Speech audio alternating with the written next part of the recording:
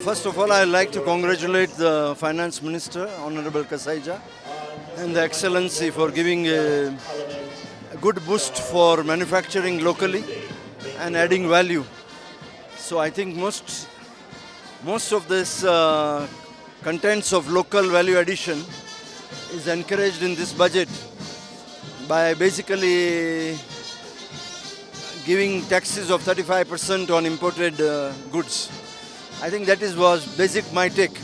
The rest are very good in agriculture also. I think value additions are substantially more, and I'm sure that Uganda's growth rate will remain 7% next 5 years, which the minister is claiming. So it's a good baggage. Congratulations to all the Ugandans and best of luck. The setback part which I found out was on industrial credit usage is only 3.9%, and trade credit usage is 17%. So somehow or another the trading is still taking major chunk in the investment on credit funds. So maybe there are some constraints, I don't know, but maybe we'll have to find out and study, absorb the details, and then we'll get you more information. That's why we are carrying out a full program now. We have a tax exemption rationalization plan. We are working with the IMF to establish the merits and the demerits of these tax exemptions. Those which don't work, we are going to stop them. Those which work, definitely we are going to continue supporting them. Any timelines on this? Yes. In this very budget, the minister has read, you have seen a number of measures. So we are beginning implementation of our tax exemption rationalization agenda next financial year, effective July 1st. Thank you so much. My question is about the present I'll leave your message. Because we have now built a very strong foundation, and this is the minister has highlighted it.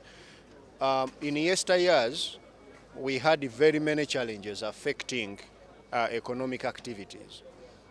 We didn't have infrastructure, for example, electricity. We didn't have transport infrastructure. This accumulation of this infrastructure has happened in just about 10 years, ever since government from the NDP2 started this agenda. That definitely has provided a good foundation for us to go forward and build a competitive economy. When you look at capital itself now as a factor of production, we have been having a challenge of high interest rates, especially for agriculture, high interest rates for industry, and high interest rates for people doing business, especially in SMEs, because they are risky. Now, government has come in to intervene. With that, government is distorting, and that distortion is positive because it's going to cause a downward trend on interest rates.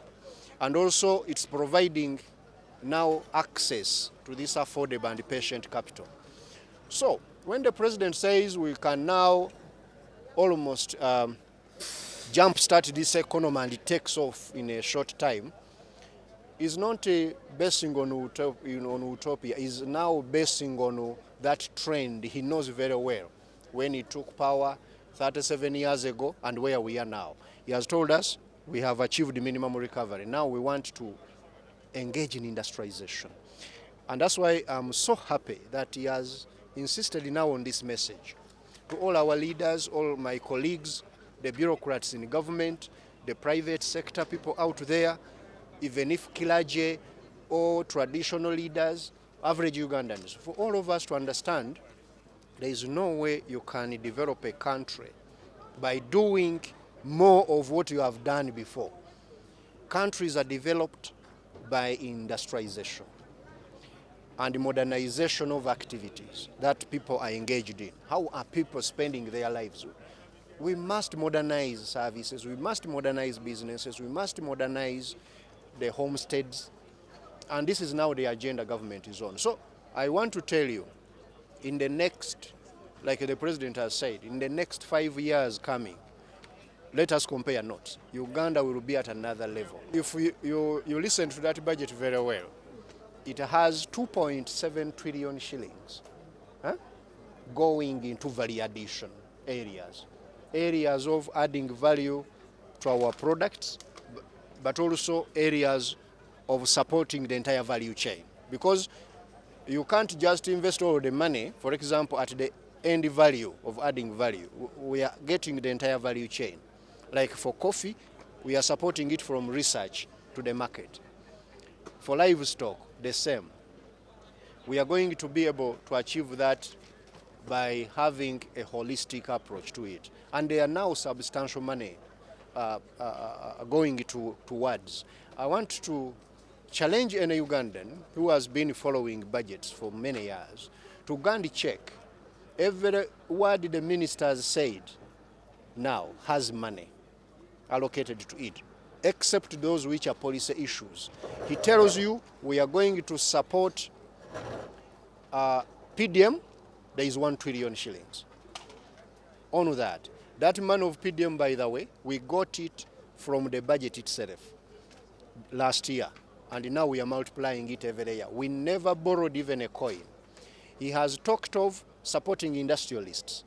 We have now capitalized the UDB at a tune of 1.4 trillion shillings. Each year we are adding on capital. He talked of Emyoga to support other people who are doing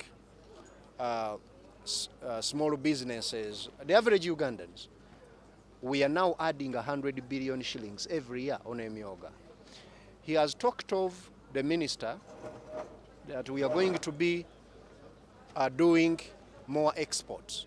We have brought a full program worth $200 million. $200 million, that is nearly 800 billion shillings, going to SMEs to export, to support them to export.